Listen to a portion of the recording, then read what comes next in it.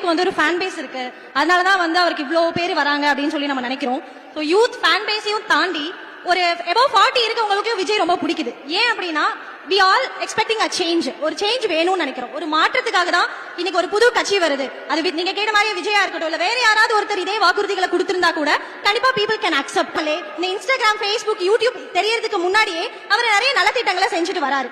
நம்ம அவர் கொடுத்த வாக்குறுதிகளை பார்த்தோம்னா அந்த தங்க மோதிரம் திட்டம், அதுக்கப்புறம் நிறைய பேருக்கு உணவு வழங்குறது, கல்வி, அந்த மாதிரி நிறைய விஷயங்களை அவர் முன்னாடியே செஞ்சிருக்காரு.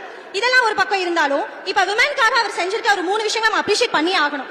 ஏன் இந்த விமனுக்கு செய்யறத நிறைய பேர் நெகட்டிவா பேசுறாங்க. இன்னைக்கு ஒரு விமன் சேஃப்டிக்காகவும் விமன் ரைட்ஸ்க்காகவும் தான் எக்ஸ்பெக்ட் பண்ணிட்டு இருக்கோம். அதை அவர் கரெக்டா கொண்டு வந்து நிறுத்தி இருக்காருன்னு தான் நாங்க எல்லாருமே நினைக்கிறோம். ஏன் அப்படின்னா விமன் சேஃப்டி அப்படிங்கிறது ரொம்ப நம்ம நினைக்கிறத விட ரொம்ப மோசமா போயிட்டு இருக்கு. கரெக்டா? அப்போ எல்லா இடத்துக்கும் ஒரு சேஃப்டி பட்டன். அதே மாதிரி முக்கியமான ஒரு விஷயம், அடிப்படையா நடக்கிற சில மிஸ்டேக்ஸ் இப்ப கரண்டா இருக்கிற தலைவர்களுக்கு தெரிய மாட்டேங்குது, ஹையர் அத்தாரிட்டிஸ்க்கு போக மாட்டேங்குது. அவர் மெயினா சொன்ன ஒரு விஷயம், குழந்தைகளுக்காகவும் பெண்களுக்காகவும் ஒரு தனி ஒரு சிஸ்டம் இருக்கும், அந்த சிஸ்டம் என்னோட டைரக்ட் கண்ட்ரோல்ல இருக்கும்னு சொல்றாரு. அது ரொம்ப அப்ரிஷியேட் பண்ற வேண்டிய விஷயம். ஏன் அப்படின்னா இன்னைக்கு நிறைய விஷயம் அவங்க ஹையர் அத்தாரிட்டிஸ்க்கு போகுது, நிறைய விஷயம் போக மாட்டேங்குது.